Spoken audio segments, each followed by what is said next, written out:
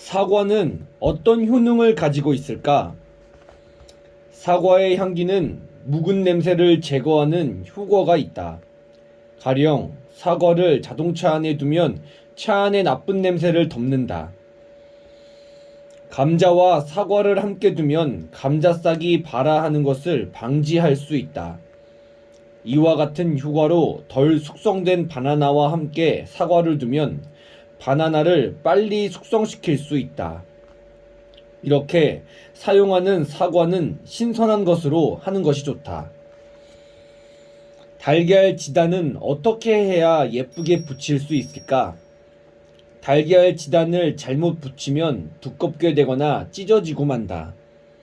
간단한 요리지만 보기 좋게 만들기 어려운 것이 달걀 지단이다. 우선 프라이팬을 너무 뜨겁지 않게 데워야 한다. 달걀을 조금 떨어뜨려서 얇게 붙여질 정도로 데워지면 붙일 준비가 된 것이다. 너무 뜨거운 프라이팬에 달걀을 붙이면 지단이 두껍게 된다. 그러므로 약한 불에서 데운 다음 달걀을 붙여야 한다. 그리고 달걀을 붙이기 전에 달걀 풀어놓는 것에 식초를 몇 방울 넣으면 달걀이 찢어지는 것을 방지할 수 있다.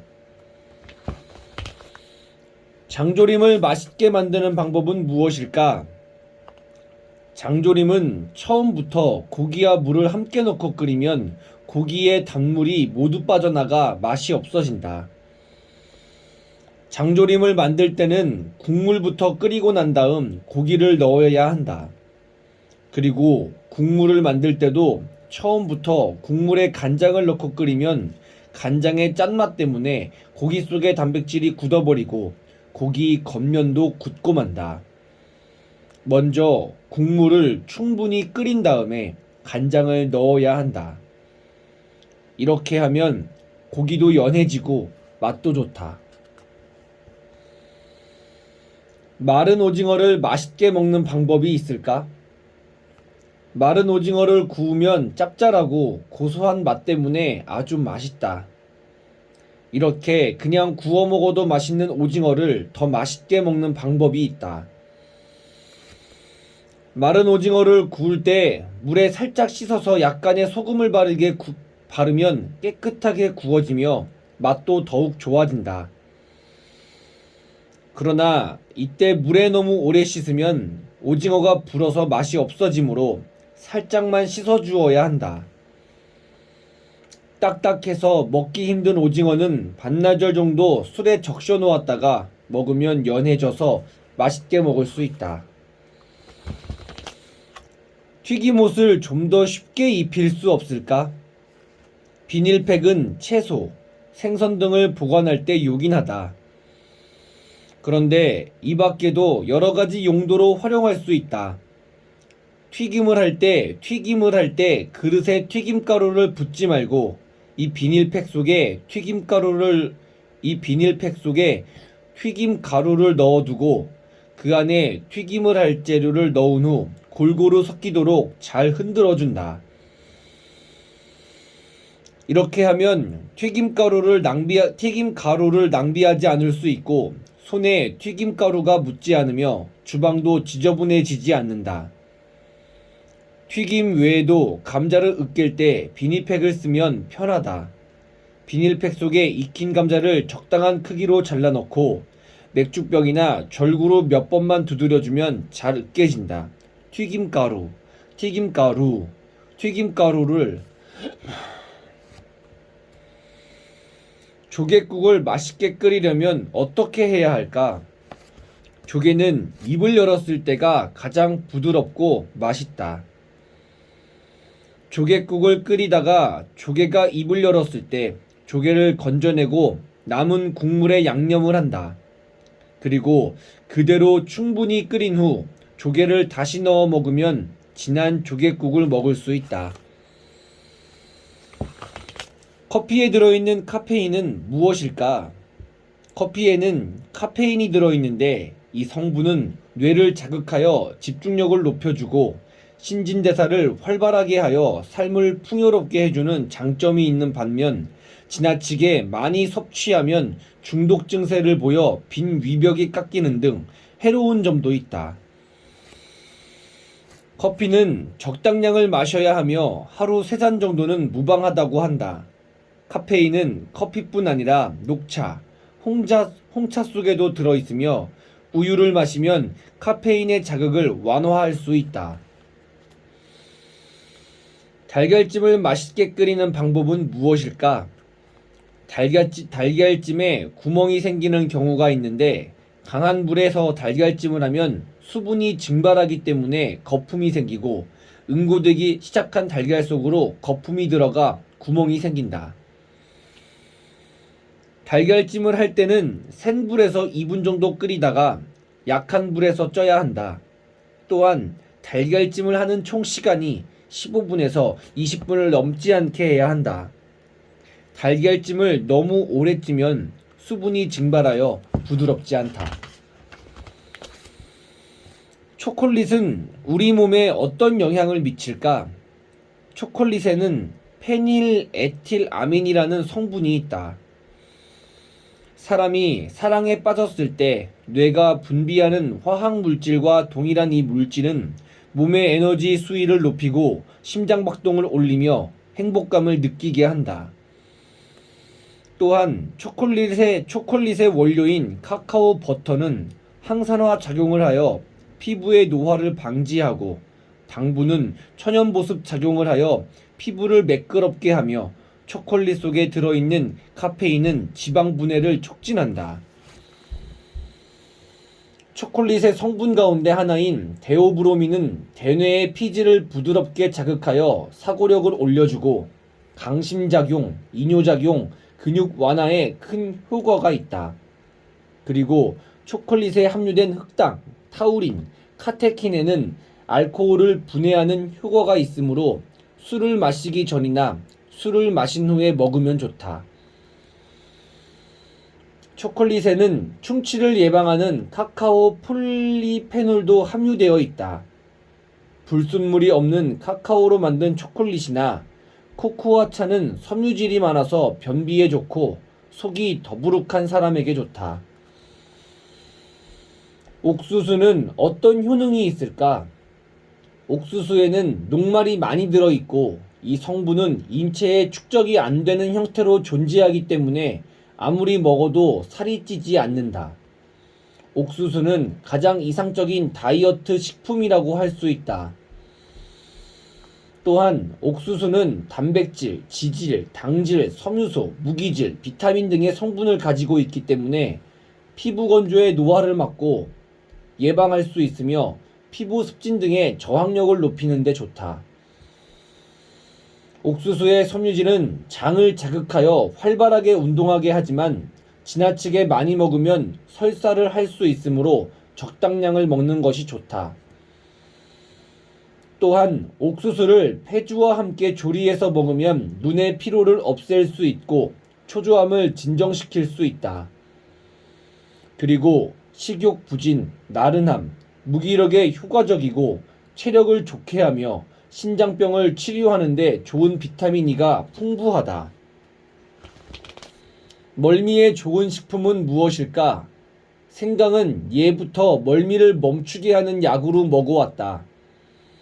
한 실험 결과에 따르면 생강이 멀미에 의한 구토 증세의 특효약이라고 하며 생강, 멀미약, 가짜약 등을 먹이고 회전의자를 돌리는 실험에서 생강은 멀미약보다 멀미 예방에 더 큰 효과가 있었다고 한다. 대부분의 멀미약은 멀미를 멈추는 효과보다 잠이 오는 효과가 더 크기 때문에 차를 타고 여행을 할 때는 경치를 놓치기 쉽지만 생강은 많이 먹어도 졸음이 오지 않기 때문에 마음 놓고 경치를 구경할 수 있다. 말린 생강 반 작은술 정도를 생강차나 생강정과를 만들어 먹으면 좋다. 채소를 잘 삶는 요령이 있을까? 채소에 따라 다른 방법으로 삶아야 맛있게 먹을 수 있다. 시금치, 미나리, 쑥갓 등은 물이 끓기 시작할 때 물에 넣고 삶는다. 그 이유는 푸른 채소에 함유되어 있는 비타민이 녹아나오지 않게 하기 위해서다. 이렇게 빠른 시간 안에 살짝 데치면 씹히는 맛이 좋다. 감자, 고구마, 무 등 뿌리 채소는 찬물에 처음부터 넣고 삶아야 한다. 뿌리 채소를 끓는 물에 넣어 삶으면 속이 익지 않고 겉이 탈 수 있으므로 처음부터 삶는 것이 좋다. 이것은 표면과 중심의 온도 변화 차이가 크기 때문이다. 가을에 유난히 추어탕을 많이 먹는 까닭은 무엇일까? 가을철 보양식으로 추어탕은 인기가 높다. 추어탕의 재료가 되는 미꾸라지는 한의학적으로 따뜻한 음식으로 몸을 따뜻하게 하고 여름 동안 소진한 기를 보충해준다. 추어탕은 숙취 해소에 좋고 당뇨병 치료에도 좋은 음식이다. 위장을 따뜻하게 하여 손발이 차거나 추위를 많이 타는 사람에게 좋은 보양식이며 신장이 붓거나 복부 팽만감으로 고생하는 사람도 무리 없이 소화할 수 있기 때문에 매우 좋은 음식이다. 미꾸라지가 살이 통통하게 오르는 계절이 바로 가을이며 추운 겨울이 날 수 있는 힘을 줄 수 있는 음식이므로 가을에 먹는 것이 좋다. 환경 호르몬을 예방할 수 있는 음식이 있을까? 환경 호르몬에 의한 여성 호르몬의 증가를 막을 수 있는 대표적인 음식은 바로 녹차다. 여성 호르몬 수용체를 보유하고 있는 여성의 유방암 세포주의 환경 호르몬의 의심물질인 비스페놀 A와 제니스타인을 각각 20억 분의 1g과 밀리그램 1천만 분의 물에 1리터당 1g이 함유된 양씩 혼합 반응을 시켜 일주일간 관찰한 결과 유방암 세포수가 2배로 늘었다.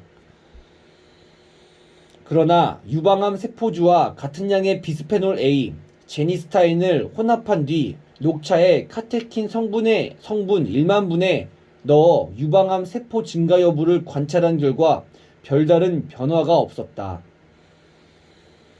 이것은 녹차의 카테킨 성분이 여성 호르몬 증가 억제 작용을 하는 것을 나타내는 것으로 환경 호르몬 피해를 예방할 수 있는 가능성을 제시하는 연구 결과였다. 맥주와 사이다를 맛있게 보관하는 방법은 무엇일까? 맥주나 사이다는 김이 빠지지 않도록 해야 한다. 그래야 시원한 맛을 느낄 수 있기 때문이다. 맥주와 사이다를 보관할 때 거꾸로 세워두면 김이 빠지지 않는다. 김이 빠지지 않는다. 병마개를 잘못 열어서 넘치는 경우가 있는데 병을 45도 정도 기울이고 마개를 따면 상부의 압력이 뚜껑 부분에 덜 몰리기 때문에 넘치지 않는다. 맥주를 마실 때 거품이 없어도 맛이 없지만 거품이 너무 많아도 맛이 없다. 조미료를 넣는 것도 순서가 있을까? 조미료는 설탕, 소금, 식초, 간장, 된장의 순서대로 넣는데 재료 속에 조미료가 배야 더욱 맛있는 음식을 만들 수 있다. 처음부터 설탕과 간장을 넣으면 간장에 함유된 염분이 스며들어 재료가 단단하게 응고되고 설탕의 단맛이 배는 것을 방해한다. 그리고 간장, 된장처럼 향을 살려야 하는 것은 오랜 시간 가열하면 향이 사라지므로 마지막에 넣어야 한다. 이것은 맛술도 마찬가지다. 소금을 넣은 조림 요리를 할 때도 설탕을 먼저 넣은 다음에 소금을 넣어야 한다. 껍질을 깐 감자는 어떻게 보관해야 할까? 음식을 하고 남은 감자를 껍질이 벗겨진 상태로 보관하면 쉽게 변색이 되고 금세 상한다. 냉장고에 넣어두거나 물에 담가두어도 마찬가지다. 이때는 물에 식초를 몇 방울 떨어뜨리고 그 속에 껍질을 깐 감자를 담가 보관하면 색도 잘 변색되지 않고 신선하게 보관할 수 있다. 콜레스테롤은 절대로 섭취해서는 안 될까? 콜레스테롤은 많이 먹으면 몸에 좋지 않다고 하지만 콜레스테롤을 먹지 않는 것도 몸에 좋지 않다. 콜레스테롤은 지방과 단백질로 구성된 영양물질로 우리 몸을 이루는 세포막을 만들고 피부에 탄력을 준다. 또한 성호르몬과 담즙 등을 만드는 원료가 되므로 적당량은 꼭 먹어주어야 한다.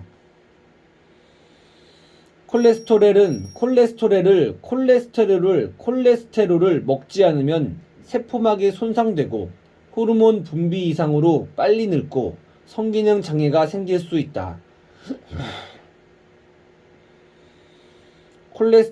콜레스테롤은 몸에 좋은 콜레스테롤과 나쁜 콜레스테롤로 나눌 수 있는데 보통 권장되는 총 콜레스테롤치는 200mg 데시리터다. 이 중 몸에 좋은 콜레스테롤은 35mg 이상을 유지하는 것이 좋다. 규칙적인 운동, 금연, 체중 조절, 적당한 음주가 좋은 콜레스테롤을 유지하는 데 도움이 되며 콜레스테롤 수치가 정상 범위라면 일부러 육류를 피할 필요는 없다. 일반 맥주와 생맥주의 차이는 무엇일까? 일반 맥주는 숙성된 맥주를 용기에 채운 다음 약 60도의 온수를 끼얹어 효모의 작용을 정지시킨다. 생맥주는 이처럼 열 처리를 거치지 않고 그대로 출시한 것이다. 먹고 남은 맥주를 버리지 말고 활용할 수 있다.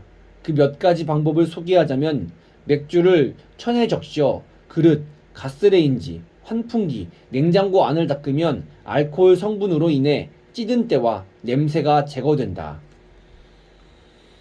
옷을 빨 때 마지막으로 맥주에 옷을 담갔다가 탈수하여 그늘에 말리면 옷의 색깔이 선명해진다. 식초를 활용하는 방법은 무엇일까? 식초는 음식을 할 때 넣는 향신료의 기능 말고도 우리 생활에 여러 가지 쓰임새가 있다. 갈증이 날 때 물에 식초를 몇 방울 떨어뜨려 마시면 갈증이 금세 해소되고 짠 음식에 식초를 넣으면 짠맛이 줄어들며 밥통에 밥을 오래 보관해야 할 때는 밥을 넣기 전에 식초를 한두 방울 떨어뜨리면 된다. 또한 도마의 뱀파, 마늘 냄새, 생선 비린내, 손에 밴 양파 냄새 등은 식초로 탄 물로 씻으면 사라진다. 김밥을 썰 때 식초를 탄 물에 칼을 담갔다가 사용하면 밥풀이 잘 안 묻어나며 김밥이 으깨지지 않는다. 다시마, 연근, 우엉을 삶을 때도 식초를 한두 방울 떨어뜨리면 쓴맛이 사라지고 변색을 방지할 수 있다. 질긴 고기에 식초를 발라 2시간 정도 그대로 두고 음식을 하면 연한 고기를 먹을 수 있으며 껍질을 벗긴 감자, 고구마, 토란 등을 식초에 담가두면 맛과 색이 변하지 않는다.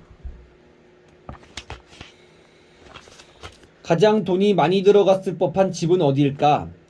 한 아이가 친구에게 자기 집 자랑을 하고 있다. 우리 집은 방이 10개가 넘고 방도 엄청 커. 정원에는 호수, 놀이터, 테니스 코트가 있어. 그러자 아이의 친구가 비웃으며 말한다.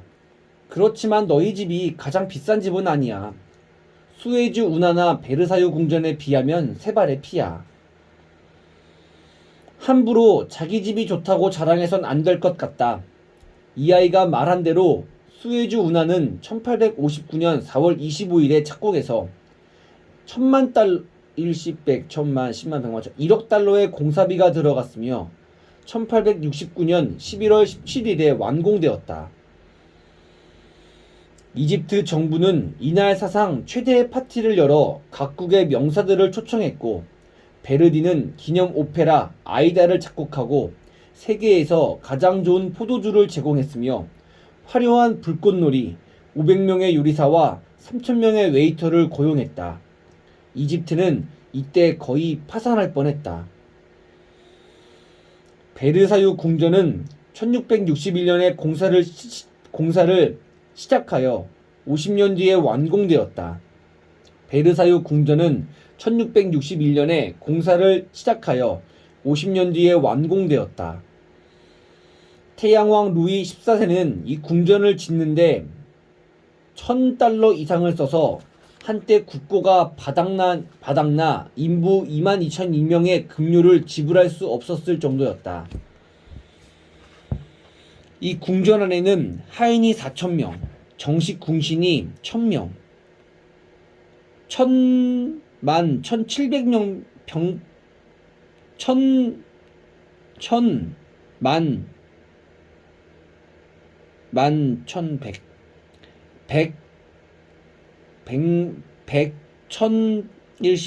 10만, 100만, 1,100, 1,700 평방미터나 되는 정원에 1,400개의 분수가 있다.